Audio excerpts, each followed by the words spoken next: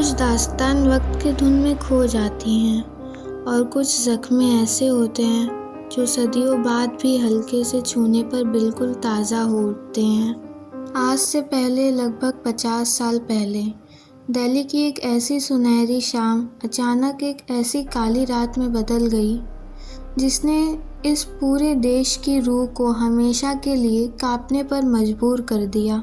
ये दास्तां किसी पर्दे पर बुनी गई कहानी नहीं है, ये उस बेहद भोले और मासूम बचपन की दास्तां है जिसे दो दरिंदों ने बड़ी ही बेरहमी से कुचल दिया। 16 साल की गीता चोपड़ा, जिसके सपने अभी आंखों में सजना शुरू हुए थे, और उसका 14 साल का छोटा भाई संजय चोपड़ा, जो अपनी बहन के लिए एक छोटी सी ढाल था। 26 अगस्त 1978। मौसम में हल्की सी बरसात थी। घर की दीवारों के अंदर एक माता पिता बड़े सुकून से बैठे थे, इस इंतजार में कि अभी रेडियो पर उनकी रानी बेटी की आवाज़ गूंजेगी। उन्होंने रेडियो ऑन किया। उन्हें लगा उनकी बेटी का प्रोग्राम शुरू होने वाला है, पर उन्हें क्या पता था कि उस प्रोग्राम के शुरू होने से पहले ही उनके बच्चों की ज़िंदगी का आखिरी पन्ना लिखा जा रहा था। रास्ते में ऑल इंडिया रेडियो पहुंचने के लिए उन बच्चों ने अनजाने में मौत से लिफ्ट मांग ली। रंगा और बिल्ला, दो ऐसी दरिंदगी के चेहरे जिनकी रगों में सिर्फ अंधेरा बहा करता था।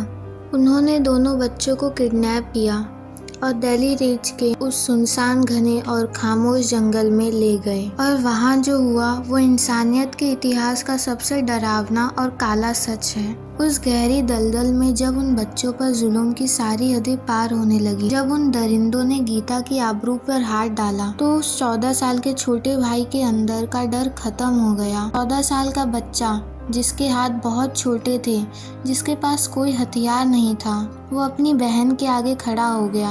अपनी आखिरी सांस तक उन दरिंदों से लड़ता रहा, उनके चाकुओं के वार झेलता रहा, सिर्फ इस उम्मीद में कि वो अपनी बहन को बचा सके। लेकिन बेरहमी बहुत ताकतवर थी। उन्होंने पहले उस छोटे भाई को हमेशा के लिए खामोश किया और फिर उस बेबस, अकेली, रोती हुई गीता की रूह को भी रौंद दिया और फिर उसे भी मार दिया। जब 2 दिन बाद उनके पिता को जंगल में उस अंधेरे में अपने बच्चों की सड़ी गली लाशें मिली, तब सिर्फ एक बाप का दिल नहीं, पूरे हिंदुस्तान का कलेजा फट गया था। गीता के जिस्म पर चाकुओं के वो 20 से ज़्यादा जख्म और संजय की वो आखिरी लड़ाई ये दिखाती है कि उन बच्चों ने मौत के सामने भी एक दूसरे का हाथ नहीं छोड़ा था। रंगा और बिल्ला को 1982 में तिहाड़ जेल में फांसी दे दी गई। उन दरिंदों का वजूद तो मिट्टी में मिल गया, लेकिन वो दर्द, वो चीखें और उस परिवार का जो जख्म था वो कभी नहीं भर पाया। आज जब राख के रूप में ये कहानी हमारे सामने आती है तो ये सिर्फ एक एंटरटेनमेंट नहीं है, ये उस दर्द की याद है जो हमें सिखाता है कि मासूमियत जब बिखरती है तो उसकी गूंज सदियों तक दिलों में दर्द पैदा करती रहती है।